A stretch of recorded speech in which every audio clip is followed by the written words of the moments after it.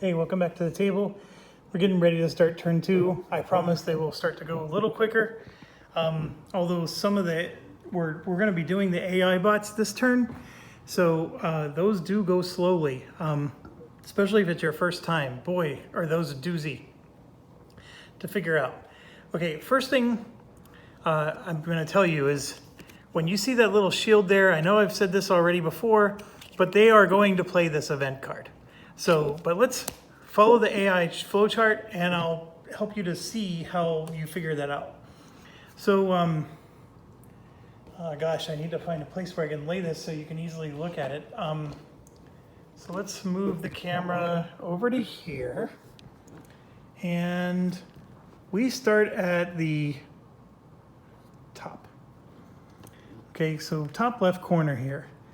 And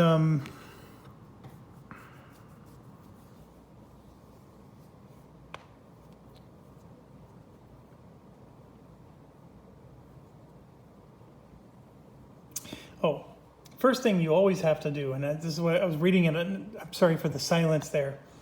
They have this card here, which they could play a pivotal event. They're the only ones that can play it at the start of the game. And so you have to always remember what triggers that for the AI. It's an interesting trigger. There's times when I personally would have played it when the AI still wouldn't allow it. But here's the trigger. There needs to be a fort or 3+ cavalry and 20+ Scotty raiders off map. So one of these red forts need to be destroyed. The 3 cavalry need to be off the map. 20 Scotty raiders are off. All the Scotty raiders are off the map right now. So that part's satisfied, but the other parts are not. And then the Saxons have to be ineligible, which means that the black piece here has to be ineligible, which means it has to be down here. So that's also not a condition that's met. And then neither the current nor the next card has, and I know it's hard to see, but it's that symbol with the gray edge. So there's a lot of reasons he's not going to play that card right off the bat on the first turn. If I were him, I wouldn't play it right now either. If I were him, I would play this event. But one thing I forgot to do is we move this over and we actually get to see the next event. And so you can see that this is an event that neither barbarian player even wants to play. And Magister Militum campaigns in Britain. So if not fragmentation, shift to Roman rule and military dominance. So this is one that the red player likes, although we are already Roman rule and military dominance. Place 10 cavalry from anywhere to those regions and up to 5 forts or towns into vacant town sites once until epoch. Train and muster, place double militia, and next recovery remove to available the number of cavalry that Stilicho put on the map. This is a wonderful card later in the game. This is an awful card to get early in the game. So it doesn't help the barbarians at all, like it says. And then for us, it's not helping us either. Although we are getting it early in the epoch, it's not a great card. So we might be doing some weird things then, but we don't have to worry about it until next turn. So for this turn, let's continue. So, first question the Scotty always ask. Do they have raiders in 2+ clear, and or 15+ raiders on the map? The answer is always no, right? So we're going to go down to here. Is there an effective event? And Scotty, by sequence of play, may use it. The answer is ding, ding, ding. Yes. So this is the one thing that would trump playing that event card was if they had this condition where they had all this plunder. And it does make sense because they win the game by taking plunder and making money off of it, or renown. And so as much as the event card might help them, they got to get that money off the board because those barbarians are sitting on this board with plunder and we get to kill them. And then we steal all the plunder back. So it's not any useful to the plunder unless they return, which is what this is. Okay, so the answer was yes. So they're going to execute the event, use shaded text, if any, and then boom, that's it for the AI. This was easy AI bot mode here. They're not all this easy, but that one was definitely easy. So we're going to play the event for them, and so the way I like to do it is, let's zoom this out. Scotty placed one settlement and 2 war bands at one vacant hill fort site in Oceanus Hibernicus or Septentrionalis coastal region. Okay, Septentrionalis is here, and it goes to this dotted line, so it includes Parisi and then up, okay? And then Oceanus Hibernicus is anything over there, and it goes all the way down, and then the dotted line is right here on the corner, so it includes this province and then all the ones going up. Anything along the coast, okay? So this is where we have to do our random thing, because we don't know where they're gonna do it's a settlement and 2 war bands at a vacant hill fort site, but there's many vacant hill fort sites. So what we're gonna do now is we go here and we're gonna roll a D6 and a D4. So now what's interesting is these are 8-sided dice, but they only have a 1 through 4 on them. Okay, so don't get confused on that. They have 2 copies of each. So I'm gonna go ahead and just roll right here. And you can see I got a 4 and a 1. All right, so let's go here to 4 and then 1, it's Carvetti. Okay, now finding them is sometimes a challenge, but Carvetti, I think, is this one right here. Yes. Okay, this one's along the shore. So it satisfies the requirement of being near Oceanus Hibernicus. And what does the event say? It has to be at a vacant hill fort site. Well, it's a vacant town site, but they're allowed to put a hill fort there. So it's quite interesting that they're going to do this, but it's going to go there, and then they get 2 war bands. Now, a war band, a full troop, is a cube, and a raider is the little pie. See, it looks like a little pie piece. So a war band is a full troop. So they're going to have full troops plus a settlement there. Now, I can honestly tell you that that's like an awful place for them. A far better place would be here in Novente, or here, or here. Well, actually, you know what? It says hill fort site, and these are hill fort sites. So let's keep going. My apology. This is not a hill fort site. That's a town. So let's go look for. So then, once we did Carvetti, then we go to Novante. Oh gosh, we're gonna spend all day looking for these. Novante. Oh no, right here. It's this one. So remember I told you that was a better site?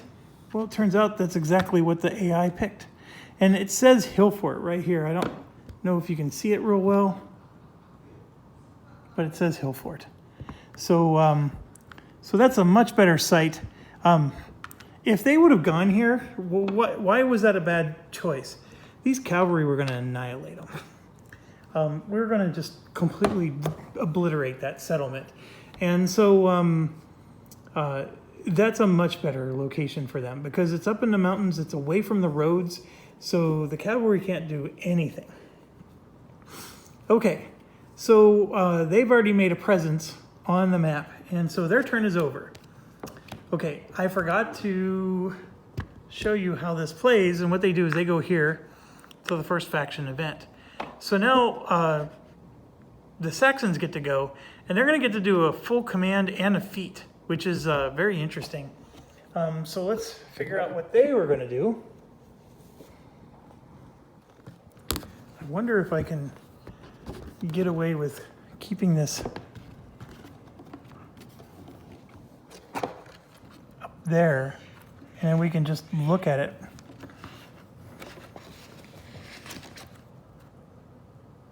I don't know how well this is going to work, but we'll try it. Okay, so let's zoom in here. All right, so looking at the top left, And you can see in the parentheses, it says like 8.6.1. It shows you where in the rules you can look for each of these little decision trees. But do the Saxons have raiders? No, they don't. So we just skip that first decision tree. And so now we're moving.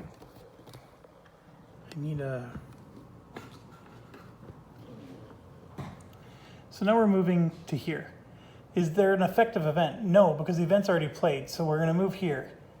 Is the first or are they first or second on the upcoming card? That's an interesting concept, and they're not first or second on the upcoming card. And it's not just first or second. Pay attention. It's the first or second with that little shield around the edge. And if that was the case, they're actually going to pass so they can take advantage of the next card. That's what they're trying to do in that situation. All right, 1d6 roll of 1 to 2 and settle, certain to add something. Okay, so what this is saying is we're going to roll 1d6, and if we get a 1 or a 2, then we're going to come over here and do this march and settle command. So see the feet over there is settle, and then over here is march.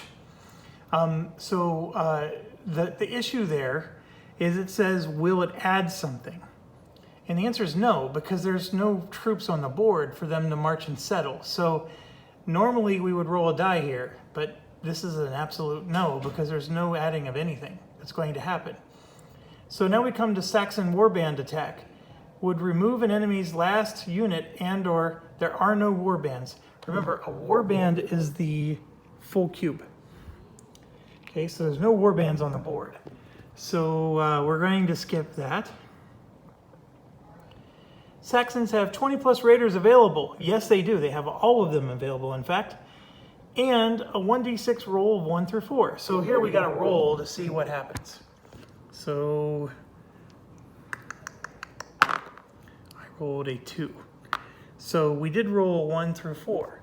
So what you're going to see now is since we rolled a 1 through 4, we're going to raid. And this is, by the way, what they're going to do most of the time. So they're going to raid, and then they're going to possibly ravage. Okay, or they may surprise. So this is an interesting one for them. And boy, this is going to really test how well my 6 months of not playing this is going to kick in. Okay, so first thing we're going to do is, oh, that's falling over. It didn't last that long. Let's move it closer.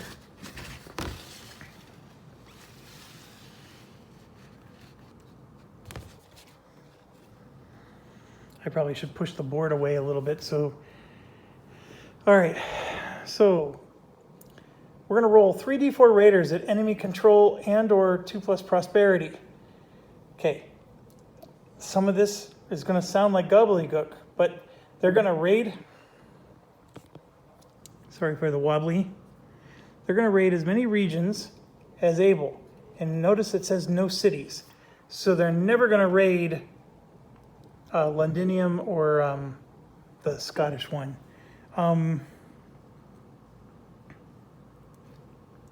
With ravage or surprise. The surprise may deep raid the first region. Okay, just trust me on this, but surprise, a deep raid, normally they can only raid along the shore because they're coming in through the shore, or they can raid anywhere next to where they already have a settlement. Okay, they obviously don't have settlements. So a deep raid is they can actually go one further in. And so that's where a place like Dobroni is actually vulnerable because there's no troops here and they're actually a deep raid away. However, they're only a deep raid for the Scotty. The Saxons can't quite get there. Now, what the Saxons can do is they can come all the way around and then they can actually raid. Actually, they can get there because this is a shoreline and then that's a deep raid. So they could get there if they wanted to. It's not highly valuable because they prefer the marshland, and you'll see why in the AI here. But it is possible. Now, the other thing to understand is that there are patrols. And the way the patrols work is every red fort kills one raider before it even lands.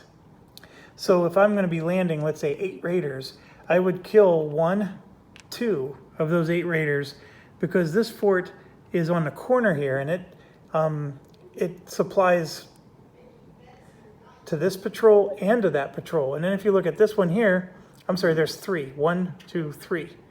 So 3 barbarian units are going to get killed right off the bat because of this.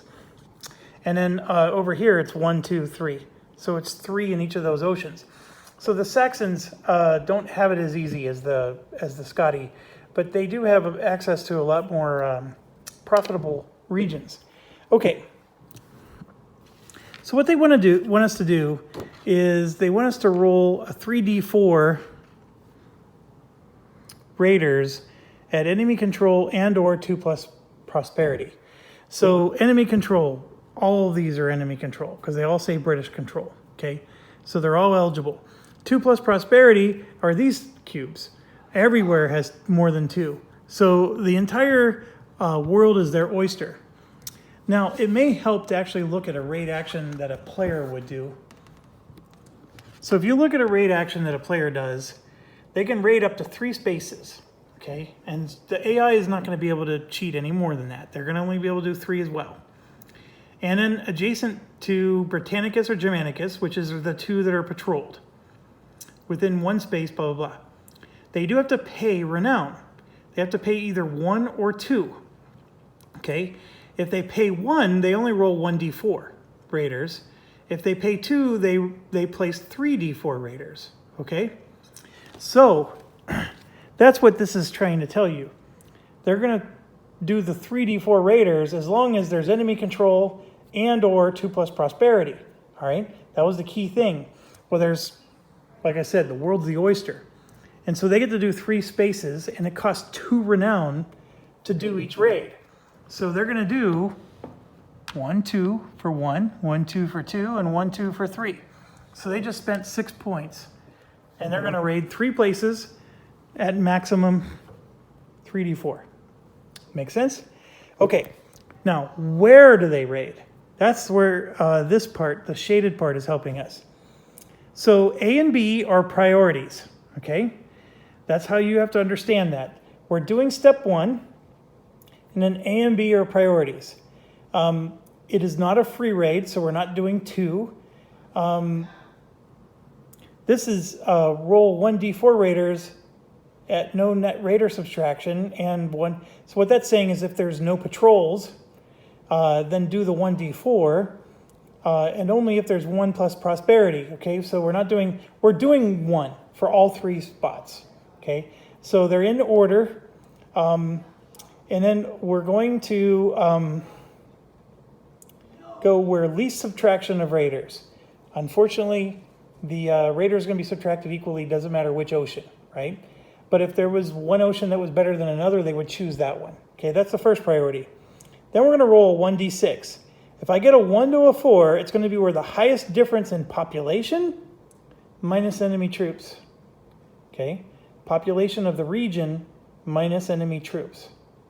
All right, and if it's a 5 or a 6, they're going into the fens, which is a swamp that I was telling you about. So we're going to be doing 3 different ones. So here's the first one. So I rolled a 6. So they're going into the fens. All right, and so I'm going to just, we know that's going to be here, here, here, or there. That's 1, 2, 3, 4. Okay. I do confess that sometimes I get lazy and just roll, this is a 1, 2, this is a 3, 4, this 5, and that's a 6, or whatever. I mean, I sometimes do that. But we are supposed to do that randomizer thing, okay? At least per the rules. So let's do it.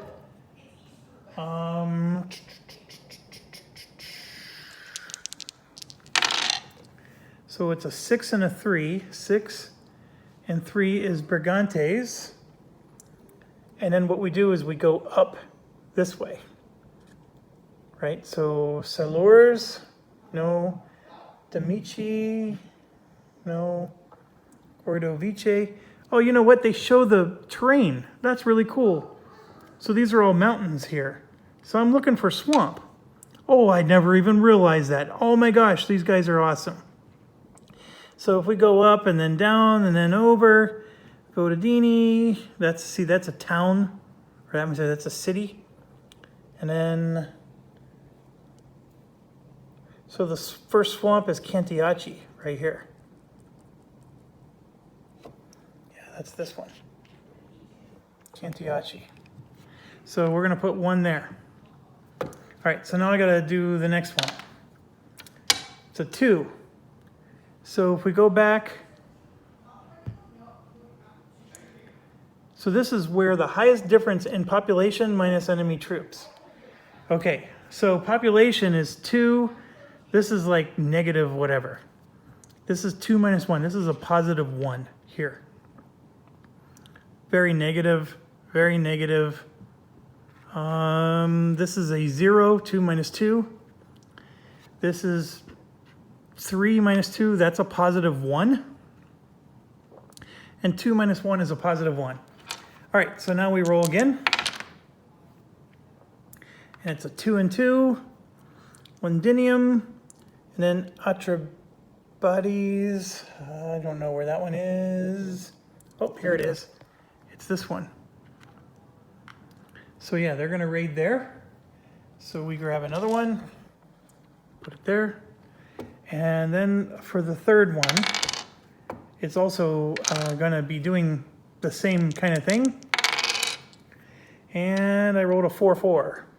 So 4-4, these are all mountains. Mountains, mountains, mountains. Kantiachi doesn't qualify. Atrabades. All right, so now this one's a tough one. That's the same location.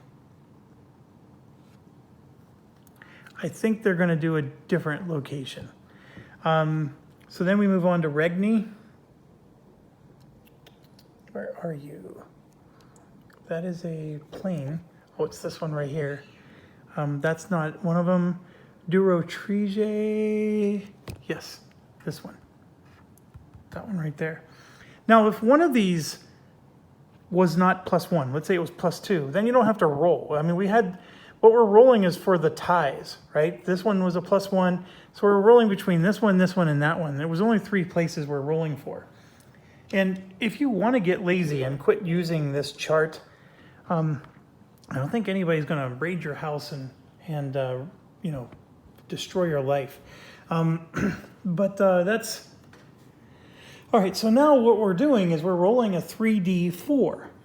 So this is where, like I said, you need to steal the die from the Scotties anyways, even though it was nice that everybody has their own dice. So I'm going to roll a 3d4. And what we're going to do is add them all up. And that's how many raiders are going to invade each area. So we have to declare which one are we going to do first. So let's do this one first, okay? So I'm going to go ahead and roll 3d4. And these green ones are really hard to read, even in person, let alone on camera. So this is a 2, 4, and then a 1 is 5. Okay, so 5 raiders are going to invade this space. However, like I said, the forts are in play, so 3 of them die. So only 2 of them are going to actually land. And this is where it gets dicey. And the barbarians are going to suffer. So the problem with just landing in any old fen is this one was a well-defended one, whereas some of these other ones weren't well-defended at all. And in fact, I would have...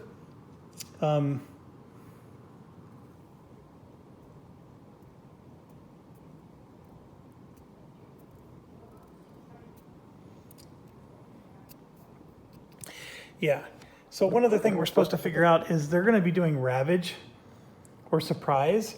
And they're going to do Ravage if the Duke and or Civitati's victory is at 2 or better. And it is. They're both meeting their victory conditions right now. So, it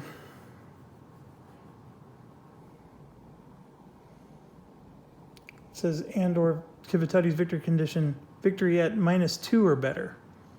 Yeah, so if they're within 2 points of their victory condition, they're going to do what's called ravage. And it's only going to be on one location. So I'm going to go ahead and do, I guess technically it's supposed to be random. No, it says where prosperity is greater than population, or if none, at one enemy. So here, prosperity is 6, and the population is 3. Actually, that's true for all the places. So, crap. I guess we got to randomize again. This is a place where I really think that's the best place for them to do it. So you could, just make an executive decision and say that's the best move for the AI. But I'm going to go ahead and roll. I got a 6 and a 4. And so this is a mountain space. And those are all mountain. And Cantiachi is the place. That's this one, which is, in my opinion, the worst possible one. I'm really going to skip it. I seriously mean that. I mean, we already know that only 2 of them landed, which we weren't supposed to know that because we were supposed to figure this out before then. But with all the troops here, I know you haven't seen battles yet, but this is a very lopsided battle, and they're going to lose. So now, granted, I didn't know that they were only going to have 2 troops here. So you know what? Let's just play pure. Let's play pure. I wasn't supposed to know that they rolled poorly, right? And so this is where they were going to ravage. But if all these troops die and don't actually survive the battle, they're not going to ravage anything. That's what I'm trying to explain to you. So if I were playing as them, I would ravage this place in a heartbeat. But that's some of the thing that's quirky with the AI bots. Okay, so let's do these one at a time. So now that we're here, a battle's going to take place. Or it may take place. So what you want to do is you want to grab the Epoch Round card, and on the other side are battles. So, and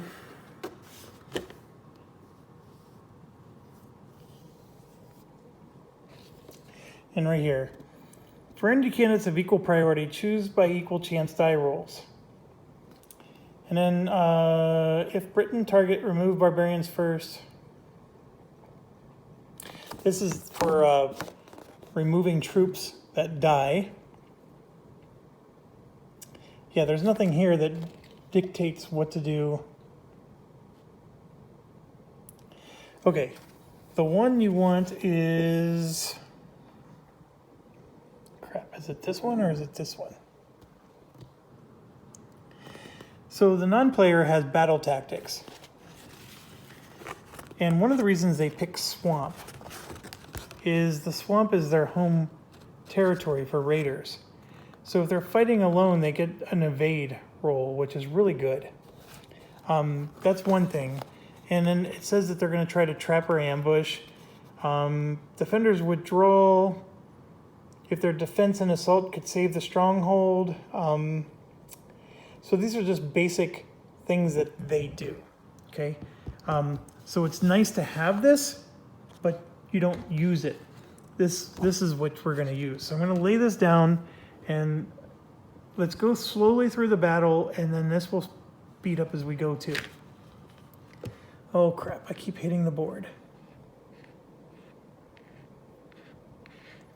All right, 1 second. I'm gonna put the camera down. Let's move the board a little bit.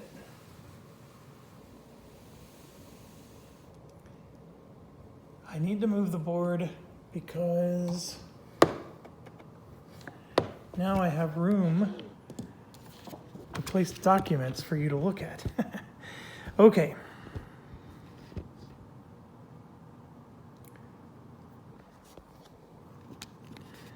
All Britons fight together, okay? Unless there's fragmentation. When part of a raid, units attacking faction that were already present do not take part. So if you're raiding an area that already has raiders, those raiders that are already there do not participate in the new raid. That's a very important rule. Don't forget that rule. Each unit strikes inflicts 1 loss. A halved unit inflicts a half loss. Okay, there is such a thing as a half loss and a half unit. Each 1 loss removes 1 unit or 2 halved units.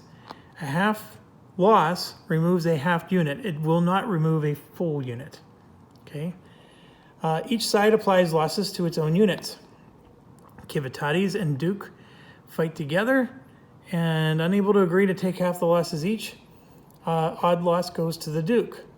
That's only if you have multiplayer or you're resolving AI battles. Apply losses simultaneously. A given unit may only strike once per field battle and once per assault, but twice if defending. Okay. There will not be an assault on this particular battle, so don't worry about that. But there is a pre-battle step here.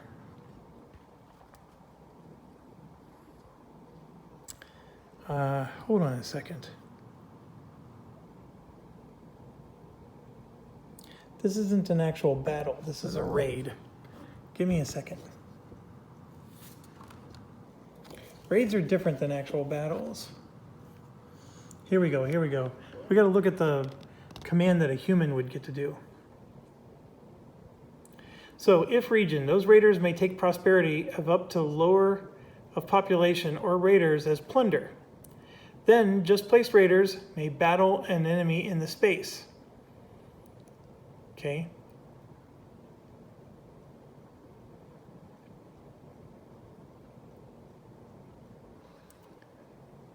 Why am I not seeing?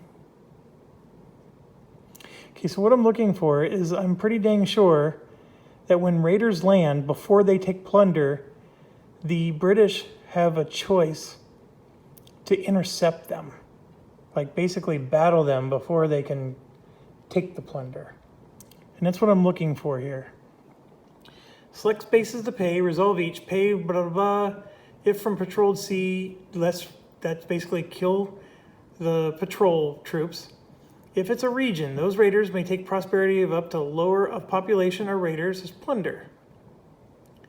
Then just placed raiders may battle an enemy in the space. And what that means is you can battle them on the field or in the... Oh, I did not know that. So what they're going to do then, in this situation, is they're going to just plunder and they're not going to battle, because battle is stupid. So what they do then is they're going to take 2 plunder, and you always take from the top, and you put 1 on top of each raider. That shows that they're carrying plunder. Okay? They have not been able to take it home or do anything with it yet, but that's what they get to do. Okay? And then they could choose to battle, and they're choosing not to, because it would be very stupid to choose to battle. Now, how do I know that they're going to choose not to? I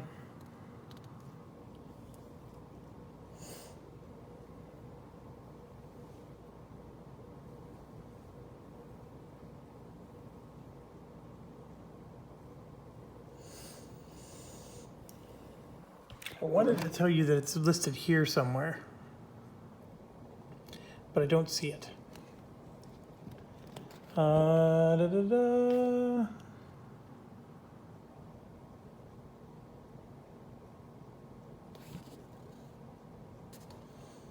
This is a very good question. So this here,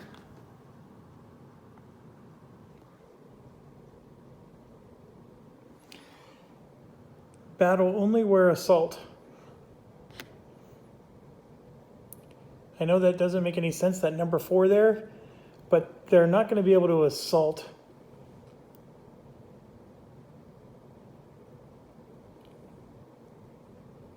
Something's wrong. The way I remember playing this is they landed and then they had to battle before they could take the... No, I guess that's not right either. They take the plunder no matter what.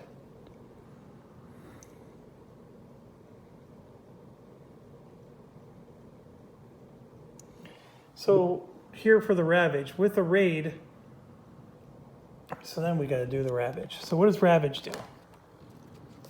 Maybe the Ravage is the one where the British get to choose to fight back. So they're going to terrorize the countryside and the British landowners. So it accompanies a raid or a battle.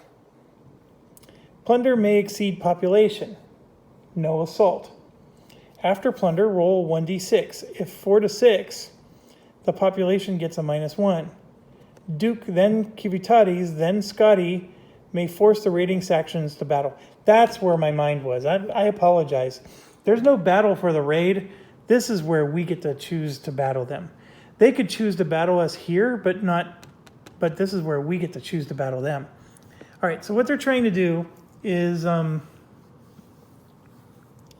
going to roll 1d6. So on a 4th, 5, or 6, we're going to lose 1 population in that region. And so I rolled a 6.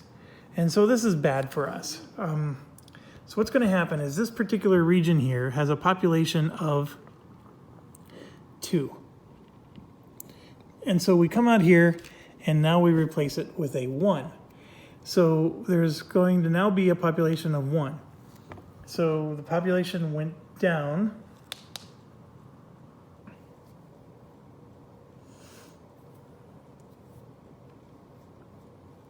So a couple of things there. Since the population went down, the British control goes down by 1. Because that's how they work. Their British control is that. And then the prosperity went down by 2. So we got to move that down by 2. And then by default, their score also drops by 2. Okay. So the problem with the Ravage, though, is now we get to force them to battle, and we're going to, because we're going to kick their butt, assuming they don't evade. Okay, so now we do the battle step. So my apologies there. All right, so we're going to choose to, they just ravaged us, and so now we're going to attack them. So our troops finally mustered and found them. We're going to attack them. Okay, so first thing we do is pre-battle. All units other than cavalry take advantage of the terrain. The raiders may roll a d6 to evade. It's their home terrain. Yes, it is. So on a 4, 5, or 6, they evade, which means no battle actually happens. And yes, home terrain means a lot, especially in this situation. So they rolled a 6.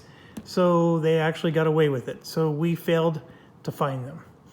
Basically, we wanted to battle them, but they got away because they were able to hide in the swamps. So we don't do anything else.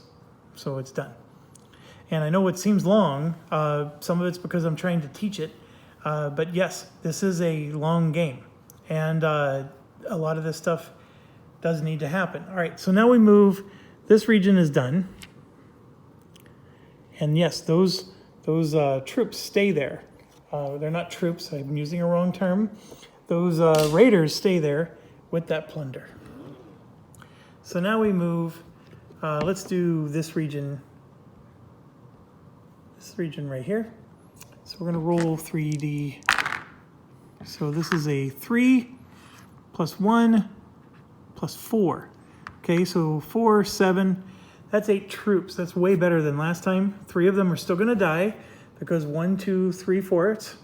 So 5 of them are going to make it. So 1, 2, 3, 4, and 5. So they make it here. And they are going to plunder.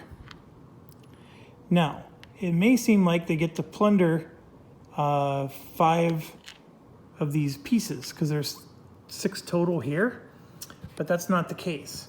They can only plunder as much as there is population. So that's the reason why there's 2 rows. So they're going to plunder the top row, and then the bottom row actually stays. And they would have to raid it again a second time to get the bottom row.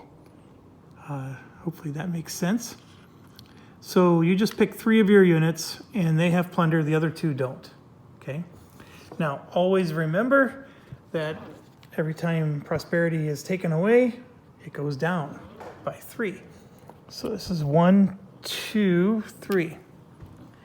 So the Duke are already losing points fast. Okay, so they raid, and now they can choose to assault. Now, this is where it gets interesting, because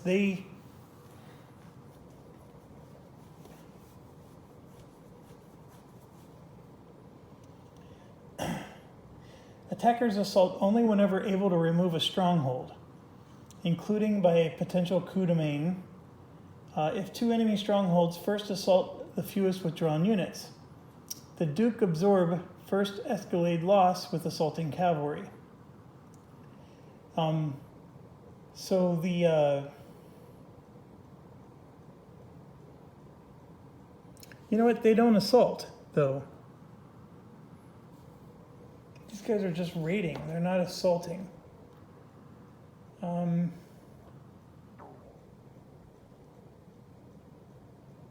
says then just place raiders may battle an enemy in space. Okay, let's look this up. It says 3.6 in the rule book. I think there's going to be something more there. And like I said, it's been 6 months. My understanding is they assault or battle almost every time. Let's see what the rule book says. And I just grabbed the playbook. That's not going to help me. Where is my hairbrush? Here we go.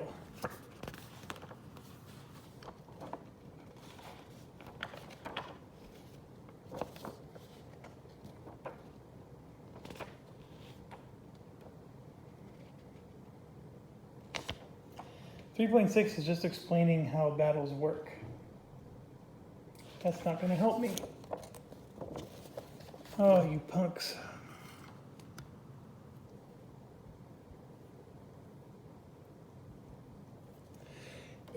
Section 8 is where the AI is.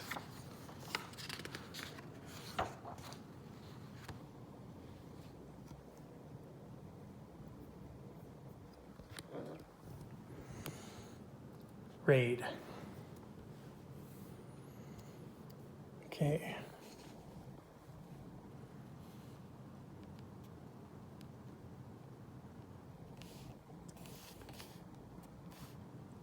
Choose among multiple. Next roll 6-sided die.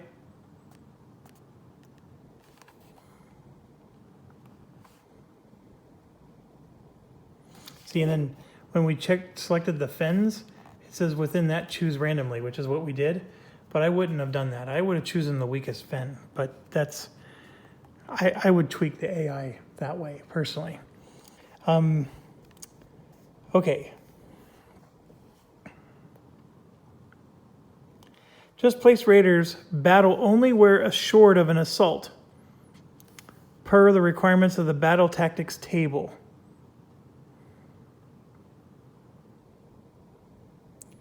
Yep, they assault only when able to remove a stronghold. Okay, so that's the situation. And so this is a little counterproductive sometimes, because if they assault a stronghold, they could lose their plunder. But that's part of how this plays out. Okay, so can they assault a stronghold? So now this is where it gets a little dicey. The assault doesn't happen until here. So they do with this thing called a pre-battle. So the raiders are attacking, so they're not going to try to evade. That's not the case here.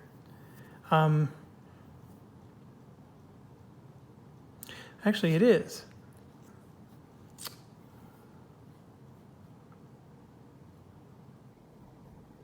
It is. I'm sorry.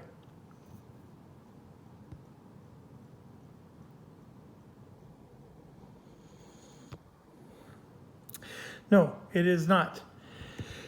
So they can choose to try to assault a stronghold. Okay. Now, how do we know that they can take a stronghold? Well, we know that they have 1, 2, 3, 4, 5. So my apologies, I'm a little rusty here. I just want to make sure I'm getting this right. So they have 5 units. The fort, or there's 2 units that are here, okay? we have the option to meet them in the field of battle and attack them on the field, or we can withdraw them to a fort or a town, okay?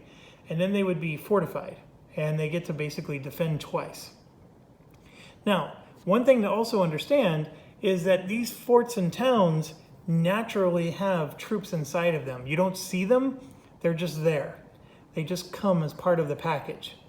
Okay, so these forts and towns aren't as wimpy as you might think.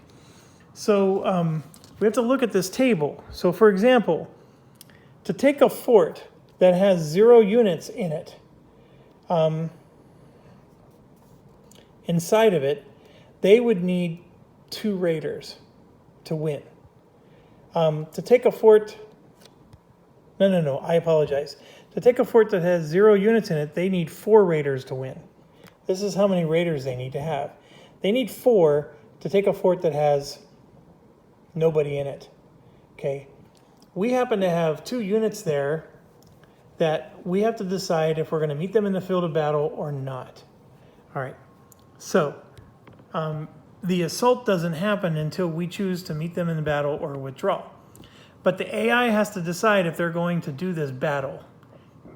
And they will. Actually, let me look up one more thing in the rules, because what it said is they'll assault if they feel they have the numbers. So what happens is you battle first, and after the field battle's over, then the assault occurs. But I need to determine, how does the AI know that they're going to battle you? So let me figure that out. Instead of me making you watch me flip back and forth, I want to get it right. I'm going to go read that rule section again. And 8.6.5, if you're trying to play your own game. And yes, the AI chart is wonderful. It told us what we needed to do, but it didn't tell us how they were going to resolve this situation. Do they choose to battle us or not? And that's the challenge here. I got to go make sure I get this figured out, because this is extremely important. The barbarians are going to be raiding like this the entire freaking game. So we got to make sure we got this right. What are our options? What aren't our options? I was fairly certain that we get to choose to meet them in battle, but maybe that's not right. So I'm at 47 minutes. I know I didn't even get through all of turn 2 yet, but the AI is sort of like this. So bear with me, and I hope it's still remotely enjoyable. Thanks for watching. Stay awesome.